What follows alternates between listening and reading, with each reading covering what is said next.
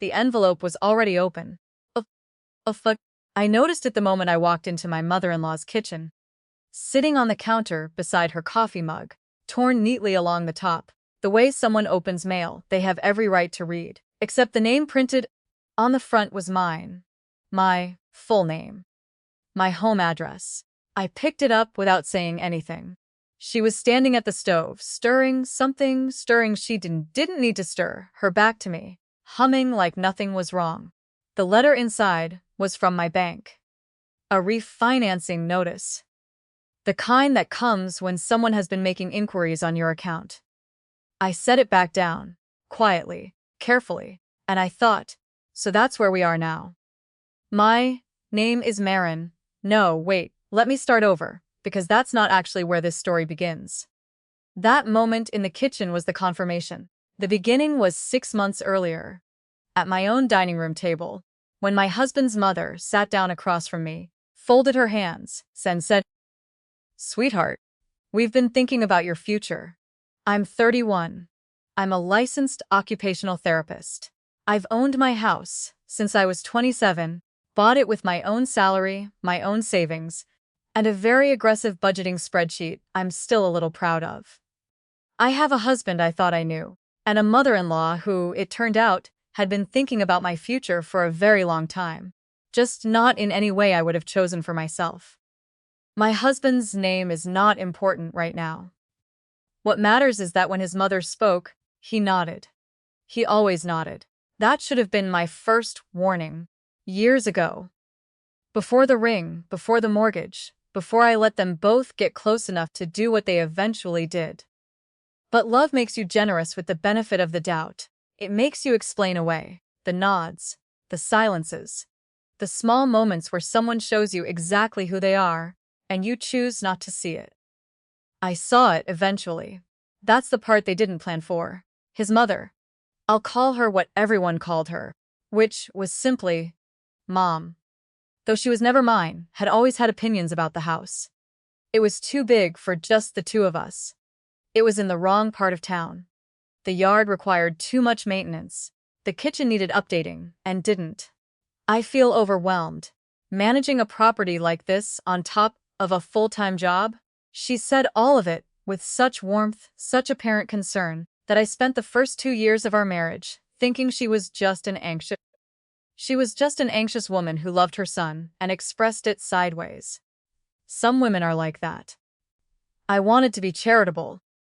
But then the questions changed. It started about whether the house suited me and started being about the house itself. What I paid for it. What I thought it was worth now. Whether I'd had it appraised recently. Whether I'd ever thought about pulling equity. She asked me these things the way you ask someone about their weekend. Lightly, casually, while refilling your glass, or passing a bowl of something at the dinner table. And my husband would be right there, not saying anything, eating his food. I mentioned it to him once. I said, "Your mother asks a lot of questions about the house." He shrugged. "She's just curious. She worries about us." That was the last time I brought it up directly.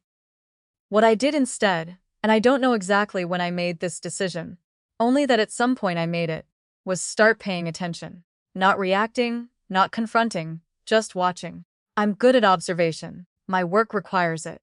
I spend my days reading people who can't always tell me what they need. So, I've learned to notice the spaces between words, the gestures that contradict the sentences, the patterns that only become visible when you stop looking at individual moments and start looking at the whole shape of a thing, the shape of what was happening in my marriage. Took about 3 months to fully come into focus. My husband started working late. This is not remarkable on its own, but the working late coincided with a new habit of handling all the household mail himself. Bringing it in, sorting it, leaving me only the pieces he'd decided I needed to see. I noticed because one Thursday I happened to be home early and I walked to the mailbox and found 3 things addressed to me that I'd never received. A statement from my investment account, a notice from the county assessor's office, and something from the title company that handled my original home purchase. I took all 3 inside. I photographed them. I put them back in the mailbox. That evening, he brought in the mail and handed me a grocery store coupon and a magazine. He said, "Nothing interesting today." I said, "Okay," and went to make dinner. Here is what I want you to understand about what came next. I was not dramatic. I did not confront him. I did not cry or rage or make accusations. I called my attorney. Her name is something that doesn't matter for this story either. But she is sharp and methodical. And she has been my attorney for 4 years. Since before I was married. Which is a fact that would later become significant. I told her what I was seeing. She asked me a series of questions I hadn't thought to ask myself. Then she said, "Can you come in this week?" I went in that Thursday morning, before my first patient, and she walked me through some things that rearranged my understanding of my own life. Someone had been making preliminary inquiries through a real estate attorney, not mine, about the process of selling a property when one co-owner is unable to participate in the transaction due to mental health concerns. I was not on the deed as a co-owner. I was the sole owner. But the inquiry had been made, and the phrasing, "unable to participate due to mental health concerns," was specific enough to mean something. My attorney said, "Has anyone been questioning your mental state? Making comments about your stability, your judgment, your ability to handle your finances?" I sat with that for a moment. Then I said, "Yes, actually. Yes." I thought about every dinner table conversation where my mother-in-law had said things like, "You seem so exhausted lately. Are you sleeping?" And I worry sometimes that the stress of your job affects your decision-making. I thought about the evening my husband had sat me down and gently suggested that maybe I should think about seeing someone, a therapist, because he'd noticed I seemed overwhelmed. I thought about the time his mother had offered to help me organize the filing cabinet in my home office, and I'd let her, because I thought it was kindness. I had let her into my filing cabinet. I drove home from my attorney's office and sat in my car in the driveway for 11 minutes. I know it was 11 minutes because I watched the clock. I needed to be sure I was ready before I went inside, because I already knew, by then, that I could not let them see that I knew. What came next was the longest 4 weeks of my life. I call it the performance, because that's what it was. I showed up to dinner. I laughed at appropriate moments. Let my mother-in-law refill my wine glass and compliment my casserole and tell me how much better I seemed lately. My husband kissed me goodnight. I kissed him back. And every day, quietly, I was building the case. My attorney flagged the real estate inquiry and began tracing it. A forensic accountant she recommended started going through records I provided. Screenshots, statements, documents I'd photographed over the previous weeks. I changed the password on every financial account I owned. I made copies of every important document in that filing cabinet and moved the originals to my attorney's office. I asked a colleague at work, someone who had no connection to my husband or his family, if I could list her address for certain correspondence going forward. I told no one. I smiled at dinner. I asked my mother-in-law for her pot roast recipe.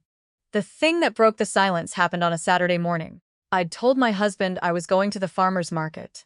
Instead, I drove around the block, parked 2 streets over, and walked back through the neighbor's yard. Yes, I did that. Yes, I am aware of how it sounds.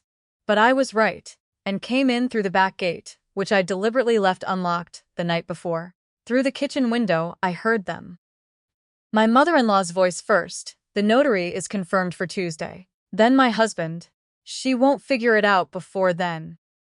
Her, even if she does, by the time she can do anything." Him. "It's handled. I told you." The hardest part was the signature, my signature. I stood very still in my own backyard. A bird landed on the fence 3 feet away and looked at me and flew off. I breathed in through my nose, out through my mouth. The way I teach my patients to do when they need to stay present in a moment that wants to overwhelm them. I counted to 5. Then I texted my attorney one sentence. Tuesday, notary, move everything up. She replied in 4 minutes. On it. Don't tip them. I went to the farmer's market. I bought tomatoes. I came home and made lunch and asked my husband how his morning was. He said, quiet, productive. I said, that's good. Tuesday came. I had taken a personal day from work, which I did not mention at home. I told my husband the night before that I had packed back-to-back patients until 6 and would probably be late for dinner. He said that was fine. His mom was coming over anyway. I said, oh, that's nice. Tell her I said hello. I was parked down the street by 9 in the morning. At 10:47, a silver sedan pulled up. A woman got out carrying a leather satchel. The kind notaries use when they're making house calls. She rang the bell. My mother-in-law opened the door. They went inside. I called my attorney, she said. The emergency injunction was filed this morning. The judge signed it 20 minutes ago. The sheriff's office has been notified. Are you ready? I looked at my house. My house. The one I bought with my own money. The one I painted the living room of. Twice because the first color was wrong. The one with the porch where I eat breakfast when the weather is good. The one with the cracked tile in the upstairs bathroom that I keep meaning to fix, I said. I've been ready for 4 weeks. What happened next? Moved faster than I expected, and also somehow in slow motion. Which is a contradiction I've given up trying to explain. Because it's just the truth of how time works when the thing you've been dreading and preparing for is finally actually happening. 2. Sheriff's deputies arrived at 11:15. I walked up the front path behind them, which is either very dramatic or very practical, depending on how you look at it. My attorney was on the phone, in my ear, listening. My mother-in-law opened the door before they knocked. She must have seen the cars from the window, her face, and I want to be precise about this, because I've replayed it many times. Her face went through 3 distinct expressions in about 2 seconds. First, confusion, then recognition, then something I can only describe as the look of someone realizing they are holding a full glass and the floor has just tilted. The notary was still inside. Documents spread on my dining room table. Documents with my name on them. Documents with a signature that was not mine. The deputy said, "Ma'am, we have an active injunction. We're going to need you to step back." My mother-in-law said, "There's been a misunderstanding." The deputy said, "We can sort that out downtown." My husband appeared at the top of the stairs. He was in a t-shirt and sweatpants, hair not yet combed, and he looked at the deputies, and then at me, and something moved across his face that I'd never seen there before.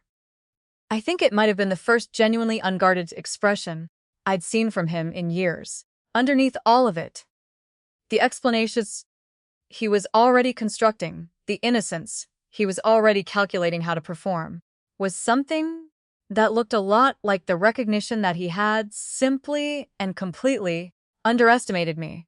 He said, "Maren," and then stopped, because I think he understood there was nothing to say. I stepped inside my own house. The notary was gathering her things with the focused urgency of someone who very much wanted not to be part of whatever this was. "I don't blame her," I said quietly, to no one in particular. "The documents on that table are fraudulent. Please don't remove them. They're evidence." She set them back down. My mother-in-law tried once more. "Sweetheart, you don't understand what we were trying to do." And I turned to look at her. And I said very calmly, "I understand exactly what you were trying to do. That's why there's an injunction." She said, "My name like a threat." I said, "I know." The next few hours were something I can only describe as controlled chaos that I was standing slightly outside of watching. My attorney arrived. A second deputy. My mother-in-law's hands were shaking as they walked her out. She kept talking, kept explaining, the words tumbling over each other in a way that was almost hard to witness and would have been impossible not to witness. My husband was quieter. He walked the car with his head down and didn't look at me again. The notary gave a statement. The documents were logged as evidence. The forensic accountant had already submitted her report that morning. 3 instances of unauthorized inquiry, 1 attempted account access, and a signature on a preliminary sales agreement that a handwriting specialist had confirmed was not mine. I stood in my kitchen after they left, and the house was very, very quiet. I'd been holding it together so precisely for so long that I didn't know what to do with the quiet at first. I stood there with my hand on the counter, the same counter where I'd found that open envelope months ago, where this whole thing had finally stopped being a suspicion and become a fact. And I just breathed. In through the nose, out through the mouth. 5 counts.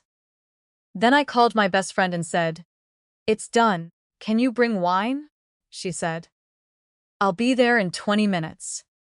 She was there in 15. The legal process that followed was not quick, but it was thorough, which I came to appreciate as more important than speed. My attorney filed formal charges: fraud, forgery, attempted unlawful property transfer. The forensic accountant's report added financial harassment to the picture. My husband's attorney tried, in the early weeks, to frame everything as a misguided but well-intentioned effort to help a wife who was struggling. My attorney dropped her folder on the table at the first formal meeting. I was told it made a very satisfying sound, and asked them which part of the unauthorized access to my financial accounts, the forged signature on a sales agreement, or the hired notary constituted helping someone. They didn't have a great answer for that. There was a moment, about 6 weeks in, when my husband asked to speak with me privately. Through our attorneys, because that was the only channel left. He wanted me to know that his mother had driven the whole thing, that he'd been pressured, that he was sorry. I thought about that for a long time before I responded. I thought about the Saturday morning conversation I'd overheard, and specifically about the fact that he'd been the one to say, "She won't figure it out before then." I thought about the mail he'd intercepted, the recommendation that I see a therapist, the quiet nodding across years of dinner tables. I told my attorney to tell his. I believed he was sorry. I also believed sorry was a word people used when they got caught. We settled the charges. Not dismissed, settled, with consequences, with records, with conditions that would follow them for years. I kept the house. I was reimbursed for legal fees and for the months of documented financial interference. My husband and I divorced, which is a sentence I can say now, without it feeling like falling. Though for a while it felt exactly like that. My mother-in-law, as a condition of the settlement, is legally prohibited from contacting me, coming within 500 feet of my property, and making any inquiry, financial, legal, or otherwise, about any of my accounts or assets. Her attorney called this excessive. My attorney called it proportionate. I called it Tuesday. The house needed a few things done by the time the legal dust settled. I finally fixed the cracked tile in the upstairs bathroom. I repainted the living room again. A third color, which I picked myself, standing in the paint aisle on a Saturday afternoon, with no one offering opinions. I ate breakfast on the porch. The first morning it was warm enough. Coffee in both hands, looking at the yard. I think about what they must have told themselves to make it feel reasonable. That I was overwhelmed, that I couldn't manage, that a woman who works with patients all day, who owns her own home, who pays her own bills, who built her own life before they came into it, somehow needed them to make decisions for her, about her, behind her back, and without her knowledge. I think they believed it. Which is almost the strangest part. People who want to take things from you are often very good at convincing themselves they're doing you a favor. What they couldn't account for was this. I was paying attention. I had always been paying attention. They just assumed I wasn't, because it was easier for them if I wasn't. That was their mistake, and it was the only one they needed to make. I got a text from my attorney the morning the final paperwork cleared. 3 words. "It's all yours." I read it twice. Then I set my phone down on the kitchen counter. The same counter, all in the kitchen counter. The same counter, always the same counter. the one that keeps showing up in this story, because apparently my kitchen is where everything important happens. And I looked around at the house that was mine before they came, mine while they tried to take it, and mine now that they were gone. Some people think the best part of a story like this is the moment the handcuffs go on, or the gavel comes down, or the villain says something incriminating in a room full of witnesses. And those moments are satisfying. I won't pretend they aren't, but the best part for me was quieter than any of that. It was a Tuesday morning, weeks after everything ended, when I woke up in my own house, made coffee in my own kitchen, and realized that for the first time in longer than I could precisely measure, I felt no weight, no watchfulness, no low-grade hum of something wrong that I'd gotten so used to. I'd almost stopped noticing it. Just the house, just the morning, just mine. They thought they knew me well enough to predict what I'd do. They thought the woman who smiled at dinner and accepted wine refills and asked for pot roast recipes was the whole picture. They never wondered what else was there. Never thought to ask what a woman who spends her days reading people might notice about the people closest to her. They should have wondered. They should have asked. They didn't, and that's the whole story.